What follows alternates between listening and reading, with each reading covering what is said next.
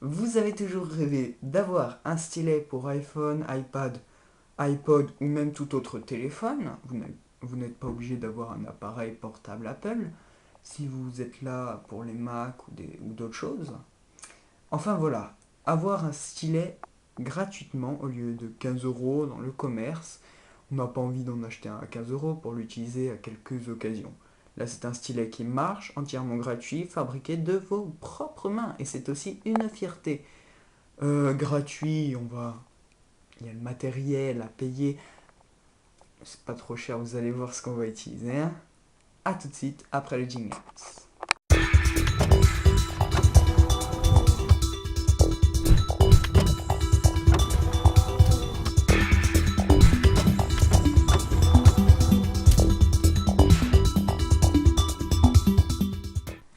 Donc voilà, comme je vous disais avant le jingles, un stylet de ce type, entièrement composé d'aluminium, donc une plaque d'aluminium comme celle-ci, ça ne coûte pas cher, hein. On n'a pas besoin de tout le rouleau, donc ça ne coûte pas cher. Un appareil mobile comme un iPod aujourd'hui pour faire le test. Alors, je vais faire une petite mise au point, désolé. Voilà, on sera mieux calé. Voilà, donc un iPod 4ème génération sous la main et un stylet première génération de chez Tuto Apple. Alors, comment le fabriquer? D'abord, on va faire un petit test. Alors, on va essayer de déverrouiller cet iPod. Alors, vous voyez, ça se déverrouille et je ne touche pas. Bon, ça bug un peu. Oui, voilà, je touche pas et puis ça marche pas. Voilà. Y aurait-il... Oui, alors attendez. Voilà. Bon, vous voyez que ça marche impec. Enfin, faut appuyer un peu, mais bon, je vais essayer de l'améliorer après. En tout cas, celui que j'ai fabriqué, il marche. Hein. Même là. Ça dépend parce que il y a un sens où j'ai fait, vous allez voir après. Je vais essayer de le faire dans l'autre sens après. Parce qu'il y a un sens qui marche mieux, c'est celui-là. Voilà. Bon, en tout cas, ça marche. Vous pouvez voir de vos propres yeux. À une seule condition, donc avec ce stylet, bien sûr, qui n'est pas pareil que les autres stylets. Si je l'utilise posé, ça ne va pas marcher.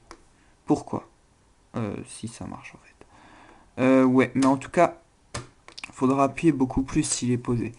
Pour faire un meilleur contact avec l'électricité, il faut toucher l'iPod, par exemple, l'iPod pour moi, des deux extrémités. Donc je vais faire un dézoom et vous allez voir. Voilà, des deux extrémités, par exemple haut et bas. Ou alors si vous le touchez comme ça, ça suffit. Ouais, oui, ça suffit. Ça facilitera le contact. Parce que là, il faut vraiment y aller pour pouvoir voir que ça marche. Voilà. Donc, comment le fabriquer? Donc, un stylet pour tout appareil tactile. Donc, justement, ce que je voulais vous préciser, c'est que c'est les appareils tactiles. Vous allez les tester. Du vrai tactile, c'est ce que j'appelle, parce qu'une DS par exemple, une Nintendo DS, c'est pas du vrai tactile, c'est des pixels qui ont des boutons. En fait, chaque pixel a un petit bouton, et quand on appuie, bon, c'est pas assez précis. En tout cas, pour les téléphones Apple, ça marche pour tous. Après, si vous avez d'autres téléphones d'une autre marque, vous pouvez tester, ou même des PC tactiles. En général, ça marche. Sinon, enfin, vous testez en fait avec par exemple un stylo ou un Tipex, par exemple, là j'en ai un sous la main. Un Tipex, c'est tout simple. Si ça marche, c'est que c'est pas du vrai tactile. Bon, bah, il n'y a pas besoin de continuer ce tuto. Si ça marche pas comme ici, mais c'est que c'est du vrai tactile, comme j'appellerais ça. Voilà, alors on va mettre ça de côté, on va passer à la fabrication. Alors, il nous suffit d'avoir une plaque d'aluminium, on va un petit peu dézoomer, hop, on va enlever du trépied. Désolé, voilà, de cette taille. Je vais mettre l'iPod dessus pour que vous voyez des proportions. Désolé, c'est flou parce que j'ai pas activé en fait l'autofocus au début de la vidéo, j'avais pas envie de recommencer. Voilà, Voilà, donc alors ce que vous allez faire avec cette feuille, qui est à peu près carrée, donc hein, un peu plus de 10 cm sur 10 cm, en tout cas voilà. Vous prenez le côté où c'est mat un peu comme ça, où vous pouvez pas vous voir dedans, et vous le pliez comme ça. Hop. Ce qui nous formera un rectangle, toujours la même longueur, mais pas la même hauteur. Largeur. Toujours la même largeur, mais pas la même longueur. On va dire ça comme ça va être plus simple. En gros, ça nous forme un truc de ce genre. On n'est pas bien fait. Voilà. Quand on a ça, on va replier maintenant pour reformer un carré de même proportion qu'avant, mais de centimètres en moins. Vous avez fait ça, vous avez votre carré qui apparaît, j'espère que bientôt. Ouais, voilà, ça rentre. Voilà. Vous avez un carré, vous aplatissez tout bien, s'il y a des plis, vous essayez de les enlever. Enfin voilà. Si vous voulez des précisions et que par exemple comme chez moi ça dépasse un peu ici, vous prenez un ciseau et vous coupez. Mais bon, pour moi pour la vidéo j'en aurais pas besoin vu que j'en ai fabriqué un. Ça devient un peu plus dur, mais c'est pas assez dur pour faire notre truc. Et puis c'est trop grand encore. On replie de nouveau, pareil, pour reformer un rectangle. Oui, un rectangle. Et on va replier de nouveau comme avant, dans l'autre sens, pour reformer un carré. Donc cette manipulation, vous la faites 2 fois. Enfin, cette manipulation. Oui, depuis le début, vous le faites 2 fois, en fait, hein, pas à partir de maintenant. Quand vous avez ça, vous allez prendre le côté où c'est le mieux, par exemple chez moi. Donc voilà, là. Et vous allez plier, mais vachement précis, le premier tout petit, tout fin. Et il faut pas qu'il y ait de plis, parce que sinon ça va faire moche, et puis ça va dépasser, tout ça. Hop.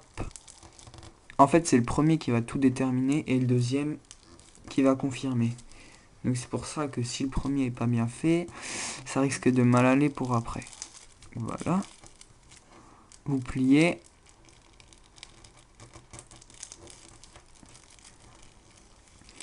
Sur toute la longueur pour que ce soit bien droit et faites attention de ne pas plier. Surtout le dernier pli, que vous ferez. Faudra pas mettre les ongles là pour pas faire de bosse comme ça. Parce que sinon après c'est un peu moche. Par exemple là voilà. Là je fais attention. J'arrive, j'enroule tout. Hop, ça me fait une espèce de cigarette comme ça. En un peu plus long pour moi. Après ça dépend, vous prenez vos proportions. Voilà, c'est dur. Très dur. Par contre c'est encore offensif. Je vais faire un petit zoom dessus. Voilà. Vous voyez encore que c'est charnu, il y a des petits pics qui dépassent quand vous passez la main. Vous avez déjà plié comme ça, hop, pour reboucher un peu la fente qu'il y a. Voilà, hop. Vous prenez un papier, donc de type ce sous-main que j'ai, et vous faites comme ça. Désolé, petit sous-main, je pourrais pas te réutiliser, t'étais bien. En tout cas, vous allez déjà le polir un peu. Si ça ne suffit pas et que vous trouvez que c'est encore trop, vous pouvez aussi prendre une lime à ongles. Hein. Ça marche aussi. Vous voyez, ça sert les sous-mains. Oh, ça fait un effet. On peut même écrire avec. Regardez.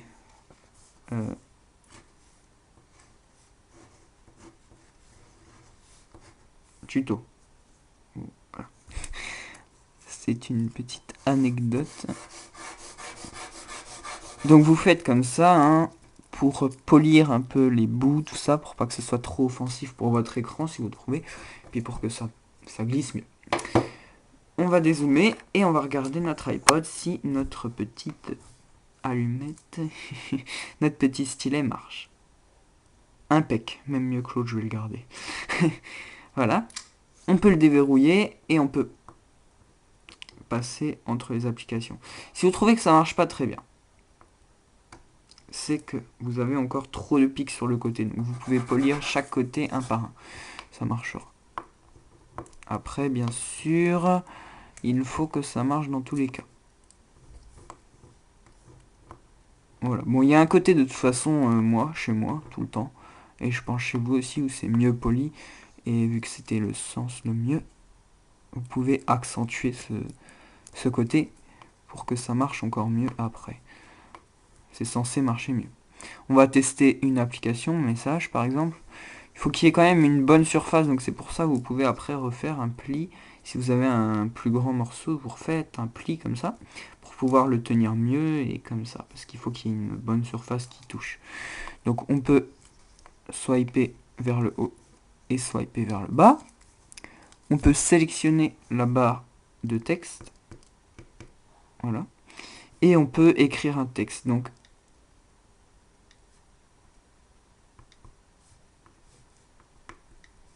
voilà. Bon, ça va pas assez vite parce que j'ai pas encore l'habitude déjà de une, et puis de deux, c'est quand même un stylet qui est pas bien fait là, le mien. Après, vous arrangez, vous le polissez le plus que vous pouvez, vous l'arrangez. Donc par exemple, je vous disais, vous pouvez le plier après comme ça. Voilà. Hop. Et là, vous pouvez écrire Théo, je t'aime. Je sais pas. Bon, là, ça marche pas bien. Pourquoi?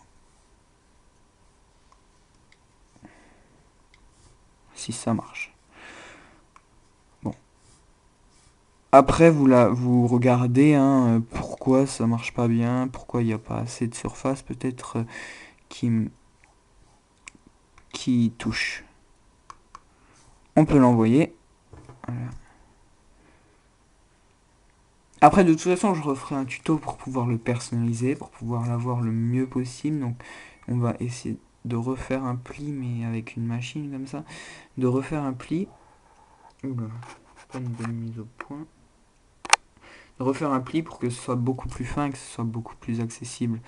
Qu'il y ait quand même une bonne surface pour écrire. Enfin, voilà. Bon, c'était comment fabriquer son stylet de tuto Apple. Voilà. Si vous avez des questions, vous me le mettez en commentaire. Vous aimez la page Facebook, comme ça vous suivez toutes mes vidéos. Et puis on se retrouve pour une prochaine vidéo. A plus.